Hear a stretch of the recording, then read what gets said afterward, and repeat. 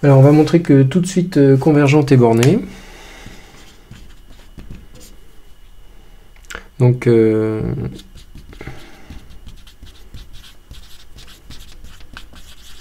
on considère donc soit UN une suite réelle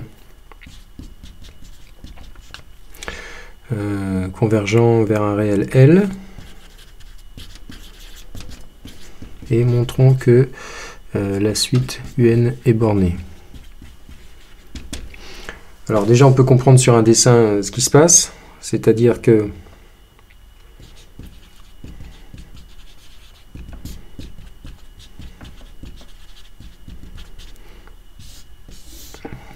la suite UN tend vers L, ça veut dire qu'à chaque fois que je prends un tunnel centré en L, je suis sûr que tous les termes de la suite sont dans ce tunnel si n est supérieur ou égal à un certain entier n0.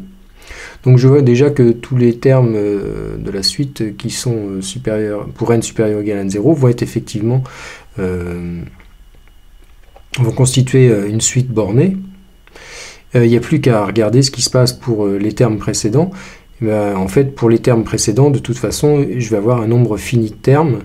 Donc, il va y avoir un plus petit et un plus grand terme. Et je vais pouvoir finalement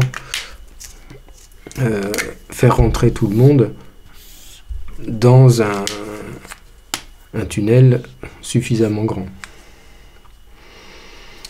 Donc, comment on va rédiger ça ?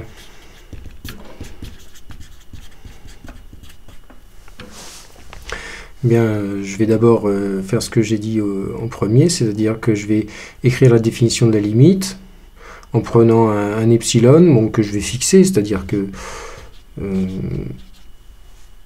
epsilon, je ne vais pas le faire bouger, c'est pas la peine. Je peux prendre même une valeur de epsilon, donc je peux écrire la définition de la limite avec epsilon égale 1 par exemple, c'est-à-dire que j'écris que limite de un égale L, donc il existe un n0 appartient à n, quel que soit n appartient à n, si n supérieur ou égal à n0, valeur absolue de un-L est inférieur ou égal à 1, c'est-à-dire si n supérieur ou égal à n0, un coincé entre L plus 1 et L moins 1.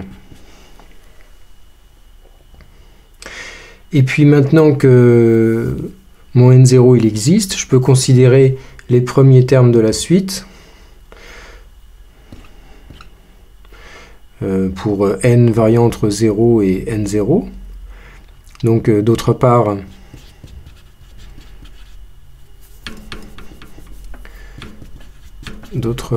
l'ensemble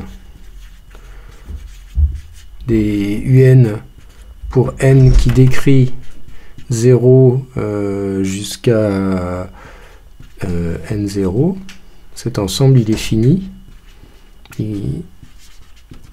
En fait, il comporte n0 plus 1 terme. Il contient n0 plus 1 élément. Donc, cet ensemble possède un plus grand élément et un plus petit élément.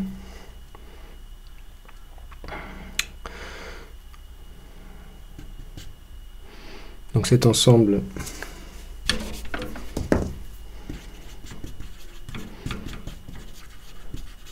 possède un élément minimum que je peux appeler petit m, un élément maximum grand m, et donc finalement, conséquence, quel que soit n appartenant à 0 jusqu'à n0, j'ai un qui est coincé entre petit m et grand M. Alors finalement, au total, je vais avoir un qui est coincé entre... j'ai plus qu'à comparer ce grand M avec ce L plus 1. Donc finalement, quel que soit n appartenant à grand N, je vais avoir un qui est d'une part inférieur ou égal, suivant la valeur de n, à grand M ou à L plus 1, donc inférieur ou égal au plus grand des deux, grand M et L plus 1, et supérieur ou égal au plus petit des deux nombres, petit m et L moins 1.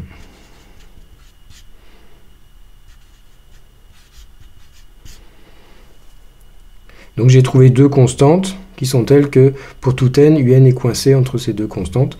Donc je conclus, la suite un est bornée.